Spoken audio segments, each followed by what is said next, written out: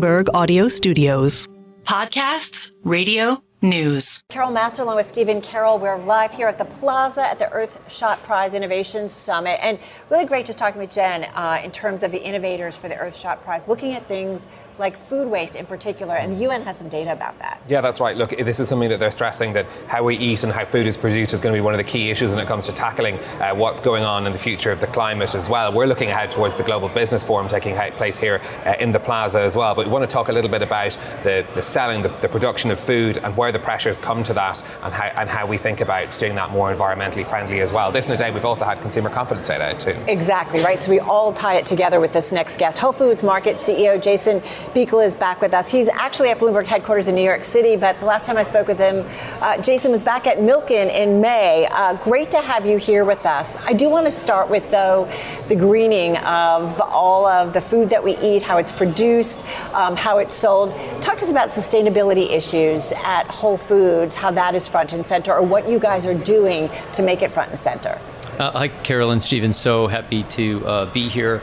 One of the things I'm so proud of is going back 44 years ago when we opened our first store, climate-friendly agriculture practices like regenerative and organic have been at the heart of Whole Foods Market. And we've always looked at the environment as one of our core stakeholders, and we actually have a core value around it as well. So I'm so proud of the work that we continue to do to lead not only within our industry, but helping drive change across food systems around the world. You know, for us, we look at our food systems are, in jeopardy of being able to produce the products that we know and love today for our future generations. And so it's why we're trying to take big stakes in the ground and investing in areas like regenerative to help ensure that we can have the nutrient density and be able to continue to supply our customers with amazing products. What are the benchmarks that you're looking at in this area? What are the metrics that, both your investors but also your customers are going to be looking at when it comes to making progress on those goals? Well, one of the things that is great is we're part of Amazon, and as part of the climate pledge, we have direct goals that we are tied to help support those efforts. And for us, given the fact this has already been part of our culture and our DNA, it's actually been great to take the work that we already were doing and just clipping it into some more advanced goals to help advance the work that we're doing. One of those examples is reducing our food waste. We took a goal of reducing it by 50% by 2030. But I've been talking with our teams. We have to do better than that. The reality is we have too many people who are in need and don't have food access, and we have products that are going in landfills today. So we have to be able to help divert that food as well. And if we're not able to make sure that it's available for human consumption, let's get into programs where it can support animal feed or composting. So for us, it's not even just about the goals that we're setting, but it's how can we do it quicker, because we feel that burning platform in helping drive change.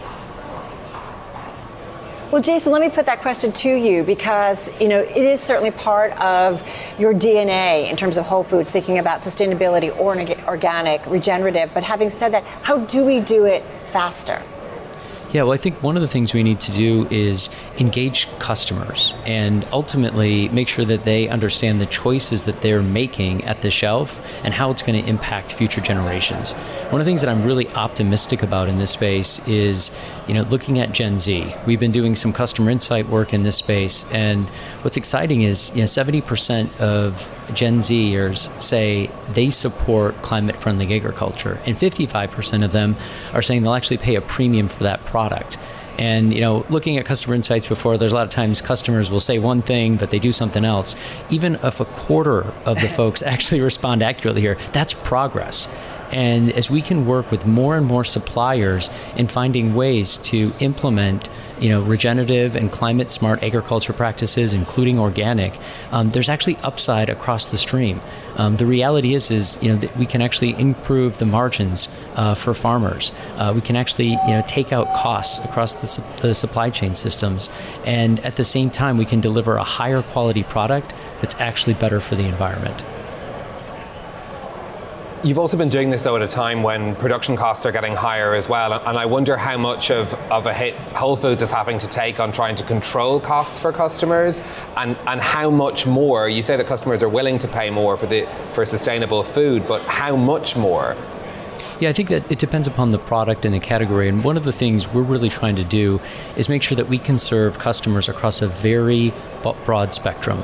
You talked about some of the increasing costs that customers are seeing, and we know that customers have been pinched on inflation, not just in food, but across all their areas of spending. And so our focus in this calendar year has actually been bringing prices down. So we've invested over 25% of our items across an average store have seen a price reduction this year. 880 of those have been 365 items.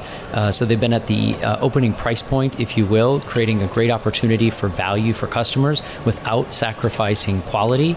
And at the same time, we've doubled the number of promotions from 2023 to 2024. And this allows us to, have a great offering where we have a good, better, best across, every aspect of our store. And so good can be the entry-level product where customers can find great value, great quality, and those who may want the best, something that is certified regenerative organic, of which we've got a lot of new offerings we've been bringing in under our Whole Foods Market label. And I'll tell you, these products, in some cases, we've had a challenge of not even having the supply based upon the demand.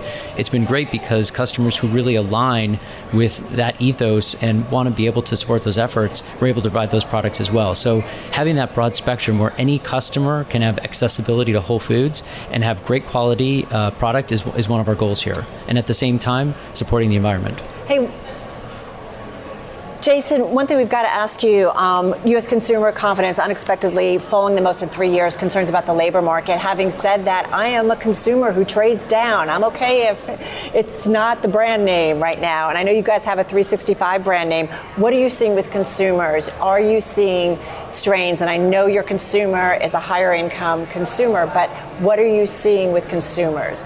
Yeah, it's a great question. And one of the things, sometimes folks think we have just a higher end consumer. The reality is we actually have a really broad spectrum of customers that we've been able to bring in. And a lot of that has to do with the work that we've done in helping lower prices and increase our promotions.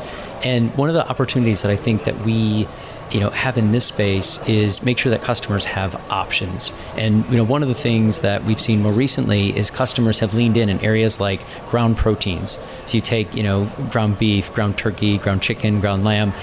We've seen those items actually increase twofold compared to the rest of meat. But also, interestingly enough, is we're also seeing increases on the premium products as well. So some of our top cuts of steak. And part of that is, consumers are seeing increased prices at restaurants. And so just, our store here at Hudson Yards in Manhattan West, this week I was talking and, why they were seeing, such great increases in, some of their steaks. And they're like, customers are telling us that they can get this steak. It's as good, if not better quality, than they're going to go to a restaurant, and they're getting it for a quarter of the price. And so pair that with a great bottle of wine at half price, folks are able to sort of celebrate in-house on enjoying great food. And for other customers, it might be trading down to get, a ground protein. Right. Love it. Great color in terms of what's going on, and also great to hear about some of the sustainability issues that I know is so part of the company. Whole Foods Market CEO Jason Buechel joining us back there at Bloomberg headquarters in New York City.